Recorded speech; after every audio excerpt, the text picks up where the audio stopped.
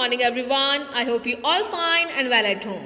Okay, today we'll discuss about a subject business study and my topic is short question answers of chapter staffing. Okay, the first one is write any 4 disadvantages of oral communication. Like oral communication ना verbal, हम किसी के साथ verbal communication कर लेते हैं, उसके disadvantages क्या होंगे, क्या ऐसी चीज़ें होंगी कि हम इसको follow नहीं करते. हम ज़्यादातर believe करते हैं कि जो भी communication होना चाहिए written में होना चाहिए, oral में नहीं होना चाहिए. क्या ऐसी चीज़ें हैं जिसके कारण हम इसको avoid करते हैं. So first one is no record.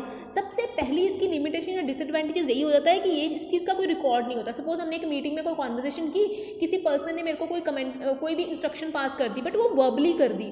अगर वो इस इंसान ने मेरे को वर्बली किया तो उसका कोई रिटन में प्रूफ नहीं है. कल को कोई बिजनेस में प्रॉब्लम हो जाती है, कोई भी इश्यूज हो जाते हैं हम दोनों के बीच में, दोनों पार्टीज के बीच में, तो हमारे पास कोई रिटन प्रूफ नहीं है कोर्ट में दिखाने के लिए कि येस इस पर्सन ने ये बात बोली थी. बिकॉज अगर चीज़ें रिटन में आएंगी तो हमारे पास एक वैलिड प्रूफ होगा, तो हम उस चीज़ को कोर्ट में एज ए प्रूफ प्रेजेंट कर सकते हैं. So next is expensive. Of course जो भी ये ऑरल कम्युनिकेशन होते हैं थोड़े से एक्सपेंसिव हो जाते हैं.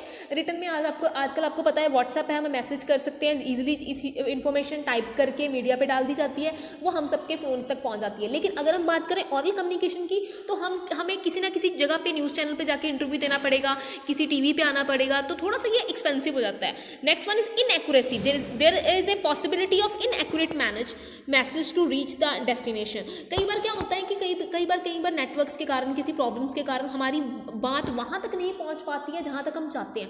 सो थोड़ा सा इनएक्यूरेट है. Okay, next one is limited use. और कई बार हाँ ये भी हो सकता है, लास्ट पॉइंट हमने डिस्कस किया इनएक्यूरेसी, तो बेटा ये भी हो सकता है ना कि वो बात जो वहाँ तक पहुँचे वो थोड़ी सी एडिट होके पहुँच जाए, कुछ रॉन्ग होके पहुँच जाए, जो हमने एक्चुअल में बात बोली है वो थोड़ी सी उसको मोल्ड करके पहुँच जाए, ये भी हो सकता है. Fourth point is limited use. ज़्यादातर प्रेफरेंस नहीं की जाती है, जितने भी लीगल फॉर्मेलिटीज़ होती है, जितनी भी इन्फॉर्मेशन शेयर की जाती है वो ज़्यादातर कोशिश की जाती है कि रिटर्न में शेयर की जाए. सो लिमिटेड यूज़ है, और कम्युनिकेशन को कम ही यूज़ किया जाता है. Next one is right any 4 disadvantages of informal communication.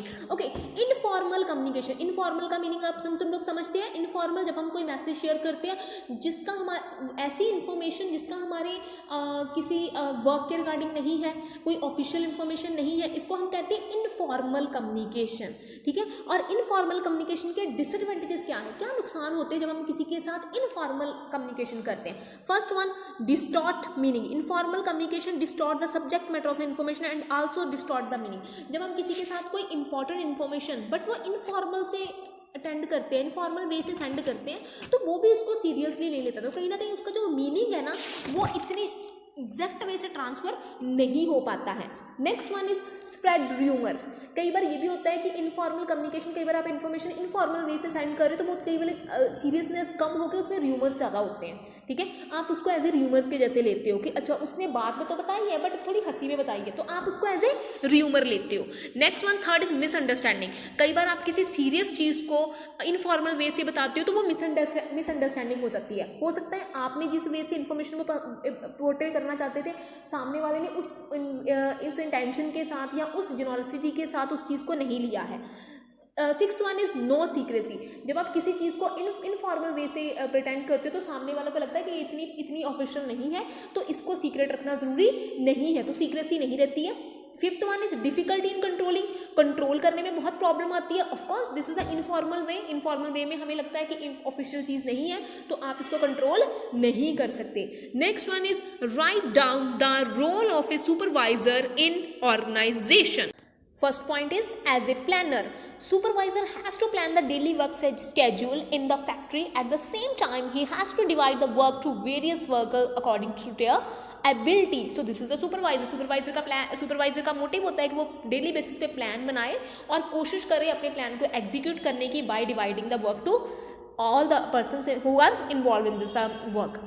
Second one, as a manager. Supervisor का रोल है कि वो एज ए कैसे वर्क करे, एज ए मैनेजर वर्क करे. It is rightly said that the supervisor it is a part of the management them as a enterprises. He is in fact an operative manager, तो उसे as a operative manager work करना चाहिए. Next one, as a guide leader.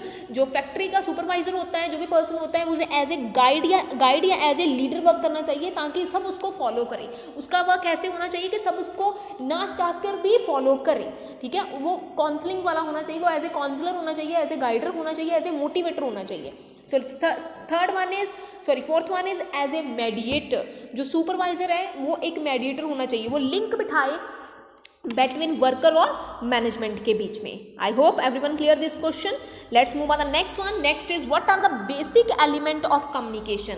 एक element communication करने के लिए कौन सी चीज़ें हैं जो होनी बहुत ज़रूरी है. सबसे पहले कम्युनिकेटर का होना ज़रूरी है, लाइक वो पर्सन होना. It is a process of communication. Communicator can be manager, subordinate, supervisor, customer और इवन पब्लिक. कोई ना कोई पर्सन होना बहुत ज़रूरी है, टू पार्टीज होनी बहुत ज़रूरी है. Second one, in coding.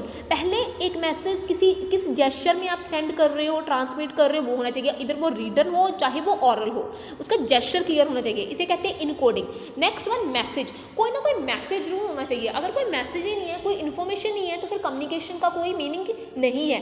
Fourth one, medium. आप कौन सा मीडियम यूज कर रहे हो, किस मीडियम के थ्रू आप इंफॉर्मेशन शेयर कर रहे हो. Fifth one is decoding. Decoding means जो रिसीवर है वो उस इंफॉर्मेशन को उसी वे में रिसीव करे जिस वे में उसको जो सेंड किया गया है. Next one is receiver. To whom the message is meant is known as receiver. जिस पर्सन को लास्ट में वो मैसेज रिसीव हो जाएगा that is called receiver. And last point is feedback. Of course जब आपको कोई मैसेज रिसीव होगा तो आप उसके बिहाफ पे रिस्पॉन्ड भी करेंगे, जिस भी हिसाब से आप रिस्पॉन्ड करना चाहते हैं, नेगेटिव पॉजिटिव जो भी आपका रिस्पॉन्स है, that is called feedback. I hope everyone clear about the basic element of a communication. Till then, take care. Bye bye everyone.